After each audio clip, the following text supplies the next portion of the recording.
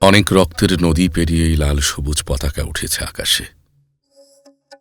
বসন্তের কৃষ্ণচূড়ার মতো লাল, ধান ক্ষেতের বাতাসের মতো সবুজ।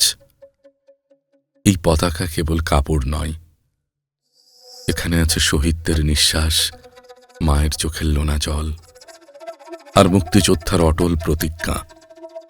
একদিন এই মাটিতে বজ্রের মতো গর্জে উঠেছিল স্বাধীনতার ডাক। পদ্মা, মেঘনা, যমুনা তখনও শুনেছিল মানুষের মুক্তির গান। আজও ভোরের শিশিরে লুকিয়ে থাকে সেই স্মৃতি। শালিকের ডাকে, কাশফুলের দোলায় ভেসে আসে বিজয়ের গল্প।